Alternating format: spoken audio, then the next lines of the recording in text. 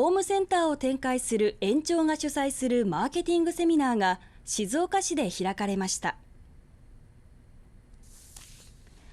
このセミナーは去年創業85周年を迎えた園長が開いたもので、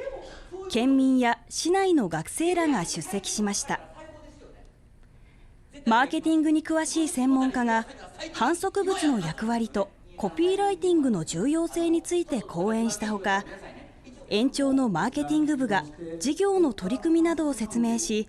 参加者はマーケティング成功のヒントを学んでいました。